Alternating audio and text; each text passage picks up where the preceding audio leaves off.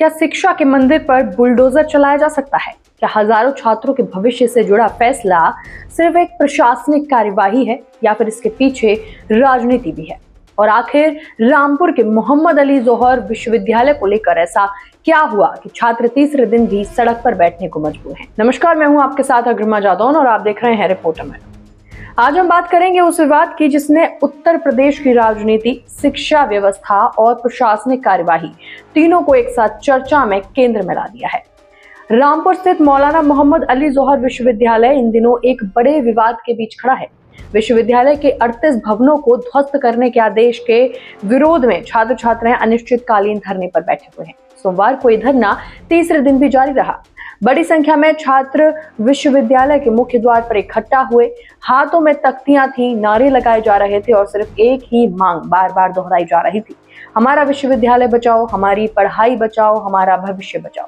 छात्रों का कहना है कि उनका आंदोलन पूरी तरह से शांतिपूर्ण है। उनका दावा है कि वे किसी राजनीतिक दल के लिए नहीं बल्कि अपने शिक्षा के अधिकार और अपने भविष्य के लिए संघर्ष कर रहे हैं। धरने पर बैठे छात्रों ने साफ कहा है कि जब तक उनकी दो प्रमुख मांगें पूरी नहीं होती तब तक आंदोलन खत्म नहीं होगा। पहली मांग, विश्वविद्यालय के 38 भवनों को ध्वस्त करने के आदेश को तत्काल वापस लिया जाए।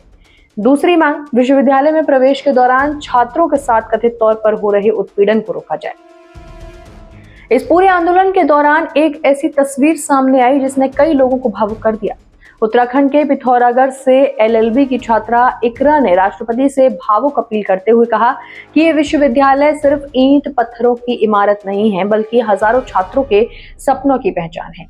उन्होंने कहा कि अगर इन इमारतों को तोड़ दिया गया तो हजारों छात्रों की शिक्षा प्रभावित होगी और उनका भविष्य अंधकार में चला जाएगा। उन्होंने राष्ट्रपति से हस्तक्षेप करने की भी मांग करते हुए विश्वविद्यालय को बचाने की अपील की। इतना ही नहीं, इकरा का ये बयान भी चर्चा में आ गया कि यदि विश्वविद्यालय की किसी इमारत को खरोंच भी आई तो वो अपनी जान देने तक को तैयार है। उनके इस बयान का वहां मौजूद कई छात्रों ने समर्थन भी किया। हालांकि किसी भी लोकतांत्रिक व्यवस्था में आत्महत्या जैसी चेतावनियां समाधान नहीं होती, लेकिन इतना जरूर है कि इस बयान ने यह दिखा दिया कि छात्रों के भीतर अपने विश्वविद्यालय को लेकर कितनी गहरी भावनाएं जुड़ी हुई हैं।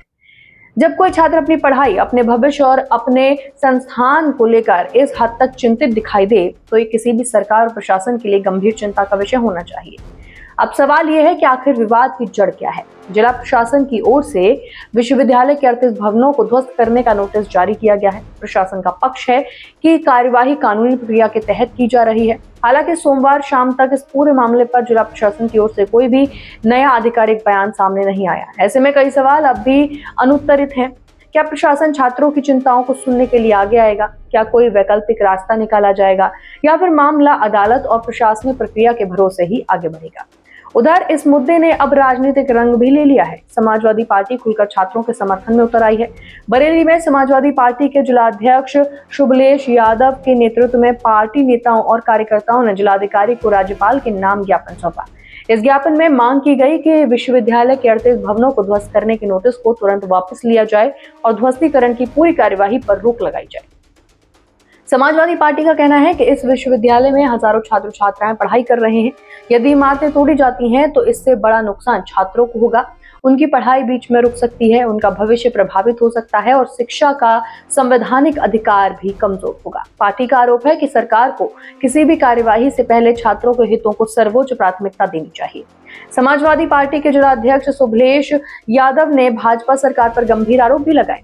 उनका कहना है कि सरकार अब शिक्षा के मंदिरों पर भी बुलडोजर की राजनीति कर रही है, चाहे सोनम वांगचुक वाला मामला हो या फिर ये। उन्होंने कहा कि जो सरकार युवाओं को पर्याप्त रोजगार नहीं दे सकती, अब वही युवाओं से शिक्षा का अधिकार भी छीनना चाहती है। उनके मुताबिक ये कदम लोकतंत्र, संविधान और शिक्षा व्यवस्था तीनों के खिलाफ है। उन्होंने चेतावनी दी कि समाजवादी पार्टी सड़क से लेकर सदन तक छात्रों की लड़ाई लड़ेगी।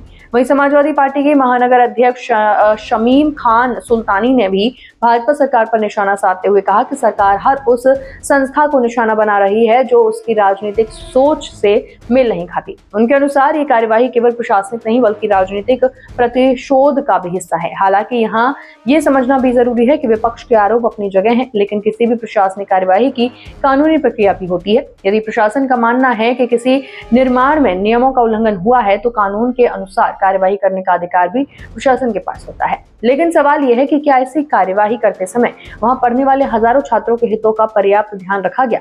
क्या छात्रों की पढ़ाई बाधित हुए बिना कोई दूसरा समाधान निकाला जा सकता था? यही वे सवाल हैं जिनका जवाब अब जनता भी जानना चाहती है। दरअसल किसी भी विश्वविद्यालय की पहचान सिर्फ उसकी इमारतों से नहीं होती, बल्कि वहां पढ़ने वाले छात्रों, शिक्षकों और शिक्षा के वातावरण से भी होती है। अगर किसी संस्था के खिलाफ कार्यवाही करनी भी हो तो ये सुनिश्चित किया जाना चाहिए कि निर्दोष छात्रों की पढ़ाई प्रभावित ना हो, क्योंकि किसी भी विवाद में सबसे कमजोर पक्ष अक्सर वही छात्र होते हैं जिनका ये विवाद उससे कोई सीधा संबंध नहीं होता, लेकिन सबसे बड़ा नुकसान उन्हीं को उठाना पड़ता है। आज रामपुर में धरने पर बैठे छात्र सिर्फ अपने विश्वविद्यालय को बचाने की बात नहीं कर रहे, बल्कि वे ये भी कह रहे हैं कि उनकी आवाज सुनी जाए। लोकतंत्र की सबसे बड़ी ताकत संवाद होती है। यदि संवाद खत्म हो जाए और उसकी जगह केवल टकराव रह जाए तो नुकसान सभी का होता है। अब इस पूरे मामले पर निगाहें प्रशासन और राज्य सरकार की अगली कार्यवाही पर टिकी हैं।